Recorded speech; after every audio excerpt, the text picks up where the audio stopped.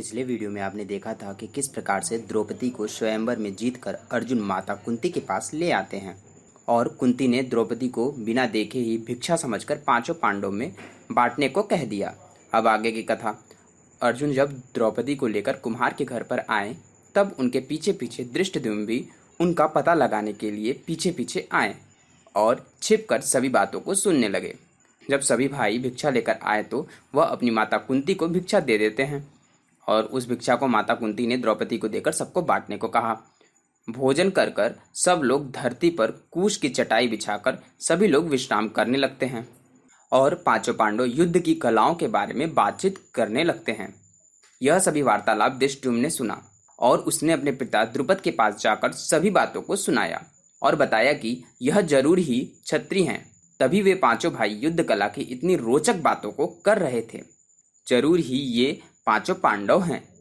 द्रुपद को यह बात सुनकर थोड़ी प्रसन्नता तो जरूर हुई, लेकिन इसे पूरी तरीके से संतुष्ट होने के लिए पुरोहित को भेजकर पांचों पांडवों सहित अपनी माता को लेकर महल आने का आमंत्रण दिया।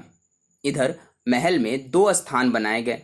एक स्थान में सभी युद्ध सामग्री रखी गई, तलवार, धनुष, गदा इत्यादि, और दूसरे स्थान पर खेती के सभी सामान, खाने पीने के सामान, खेलने के सामान आदि भिन्न भिन्न वस्तुओं को रखा गया।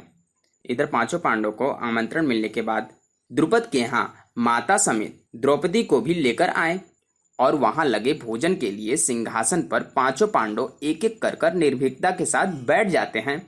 पांचों पांडव भोजन ग्रहण करने के बाद तुरंत उस स्थान पर चले जाते हैं जहां पर युद्ध की सभी वस्तुएं रखी गई थी और उन्हें देखने लगते हैं। तब द्रुपद को यह आश्वासन हो जाता है कि यह कोई वीर पुरुष ही हैं। जरूर ही यह कोई राजघराने से संबंध रखते हैं, तभी तो ये इतने निर्भीकता से भोजन के लिए राज्य आसन को ग्रहण किए। तब द्रुपद जाकर पांचों पांडवों से कहते हैं, कृपया आप लोग अपना परिचय दीजिए। तब युधिष्ठिर द्रुपद से कहते हैं, पांचाल नरेश, आप कृपया किसी भी दुविधा में न रहें। आपकी पुत्री बिल्कुल सुरक्षित स्थानों पर हम लोग के साथ है। हम लोग के रहते आपकी पुत्री को कोई भी छू नहीं सकता। हम लोग कोई और नहीं बल्कि पांचों पांडव हैं। राजा द्रुपद को यह बात सुनकर बहुत ही ज्यादा प्रसन्नता हुई।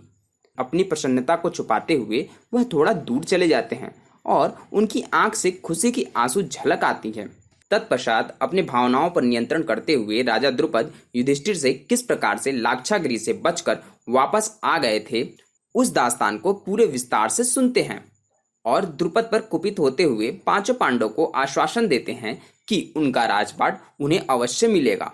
तब द्रुपद युधिष्ठिर से कहते हैं कि द्रौपदी का विवाह अर्जुन से किसी शुभ मुहूर्त को देखकर कर देते हैं।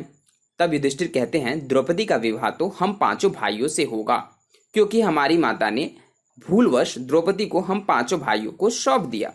यह बात सुनकर द्रुपद बहुत चिंता में पड़ जाते हैं और युधिष्ठिर से कहते हैं, भला आप इस तरीके की बात कैसे कह सकते हैं?